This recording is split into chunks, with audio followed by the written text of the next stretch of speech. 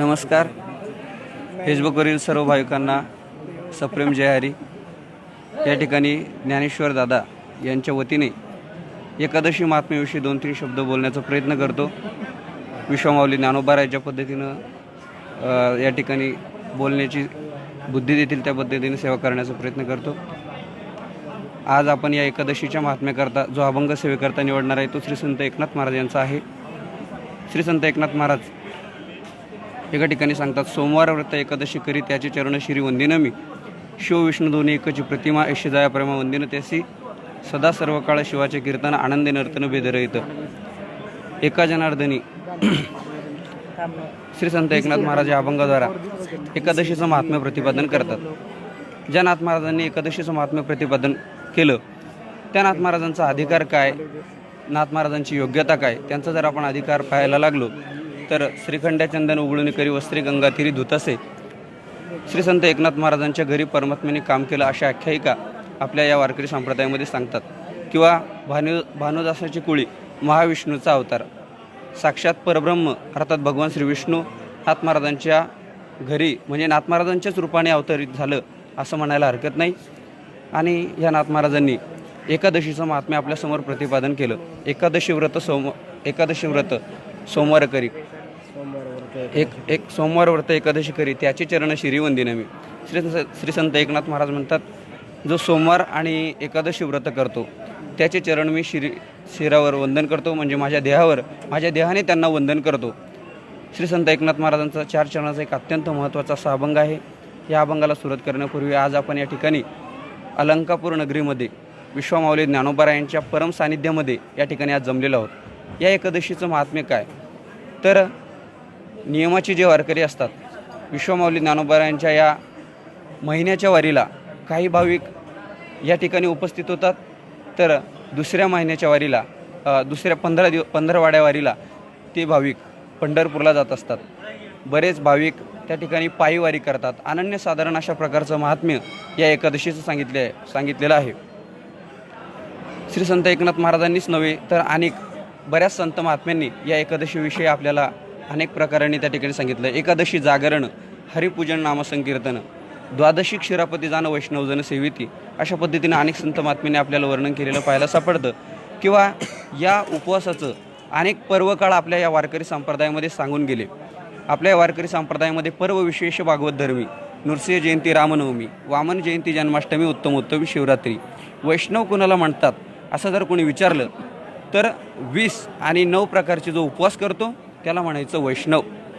वैष्णव म्हणजे काय, तर 20 अर्थात 24 एकादशा आणि 5 प्रकारचे जो उपवास करतो, 24 एकादशा आणि 5 उपवास, रामनवमी, वामन जयंती, जन्माष्टमी, शिवरात्री आणि वामन जयंती, अशा प्रकारचे 5 उपवास आणि 24 एकादशा जो करतो त्यालाच वैष्णव असं म्हणायचं आहे.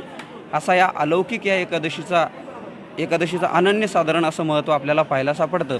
आपल्या या संत महात्म्यांनी एवढी निष्ठा या एकादशीविषयीची होती.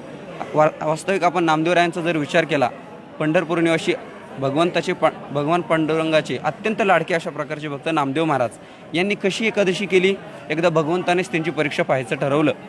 आणि भगवान परमात्मा नामदेवरायांच्या घरी एका दारिद्र्य ब्राह्मणाचं रूप धारण करून गेले. त्यांच्या घरी गेल्यानंतर त्यांनी सांगितलं की मला त्या ठिकाणी भूक लागलेली आहे, तुम्ही मला त्या ठिकाणी अन्न द्या. त्यावेळेला त्यांनी सांगितलं की काही जरी झालं, एकादशीच्या दिवशी नामदेवरायांनी सांगितलं की माझ्या घरी कुठल्याही प्रकारचं अन्न शिजवल्या जात नाही. त्यांनी सांगितलं, मी आता या ठिकाणी तुमच्या घरावर जीव देऊन मरतो, मला तुम्ही अन्न द्या म्हणजे द्या. भगवंतच परीक्षा पाहत होते. नामदेवरायांनी सांगितलं, तुमचा जीव जरी गेला तरी चालेल, पण आमच्या घरी अन्न शिजत नाही. एकादशी दिवशी नामदेवरायांच्या घरी अन्न शिजलं नाही. शेवटी तडफड करून तो ब्राह्मण त्या ठिकाणी मरण पावला. शेवटी आपल्या हातून ब्राह्मण मरण पावला म्हणून नामदेवराय स्वतः आत्मदहन करायला लागले. त्यावेळेला भगवंतानीच नामदेवरायांना सावरलं. असं महात्म्य अनन्यसाधारण महत्त्व या एकादशीचं आपल्याला पाहायला सापडतं. श्री संत नाथ महाराजांनी ही एकादशी केली, तुकोबारायांनी एकादशी केली, ज्ञानोबारायांनी एकादशी केली, नवे वारकरी संप्रदायातील सर्वांनीच एकादशी केली. आणि या एकादशीचं अनन्यसाधारण अशा प्रकारचं महात्म्य आपल्याला या वारकरी संप्रदायात पाहायला सापडतं. असो, ज्ञानोबाराय या ठिकाणी अलौकिक अशा प्रकारचे क्रांतिकारक संत आपल्या या वारकरी संप्रदायामध्ये झाले. त्यामध्ये विश्वमाऊली ज्ञानोबाराय असतील, तुकोबाराय असतील. ज्ञानोबारायांचा जर विचार केला तर संस्कृताची गाठी ओढून ज्ञानदृष्टी अशी असणारे ज्ञानोबाराय त्यांनी एकादशीचं महात्म्य सांगितलं. केला भगवद्गीते अर्थ ऐसे समर्थली तीही लोकी असं ज्ञानोबारायांचं वर्णन केलेलं संत महात्म्याने आपल्याला पाहायला सापडतं. किंवा नामातयाचा किंकर जेने केला हा विस्तार असं नामदेवरायांचं वर्णन पाहायला सापडतं, नाथ महाराजांचं पाहायला सापडतं.